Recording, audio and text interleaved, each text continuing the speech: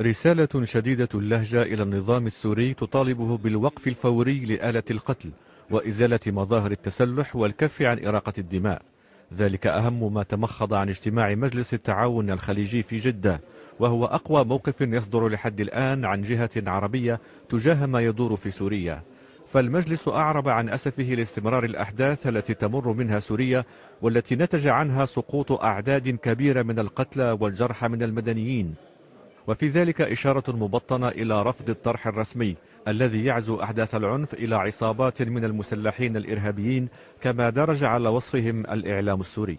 وبذلك يكون الموقف الخليجي من الوضع في سوريا قد تجاوز مبادرة جامعة الدول العربية التي حملها أمينها العام نبيل العربي إلى دمشق، تلك المبادرة التي رفضتها المعارضة السورية على اعتبار أنها تعطي السلطات السورية فسحة من الوقت للاستمرار في قمع الاحتجاجات، وتطالبه بتنفيذ إصلاحات غير محددة المعالم ودون سقف زمني. راح يتم رفع التوصية بحجم الدعم إلى أصحاب الجلالة والسمو، وأصحاب الجلالة والسمو قادة دول المجلس. المحور الآخر في أعمال الاجتماع تركز على تفاصيل انضمام المملكتين المغربية والأردنية إلى عضوية المجلس، واللتان تربطهما بأعضائه الانتماء إلى ما يعرف بمحور الاعتدال في المنطقة، والذي بقي لحد الآن في منأى عن انتفاضات الربيع العربي، اللهم إلا إذا استثنينا الحركات الاحتجاجية في كل من البحرين والأردن والمغرب، والتي لم تتحول إلى هبة شعبية عارمة.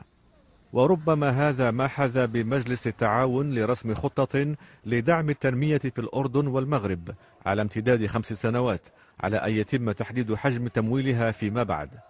ويرى المحللون في ذلك رغبة من دول المجلس الستة الأقوى اقتصاديا في احتواء التحركات الاحتجاجية في هذين البلدين في مهدها، خشية من أن تمتد عدوى الانتفاضات إلى الملكيات المحافظة.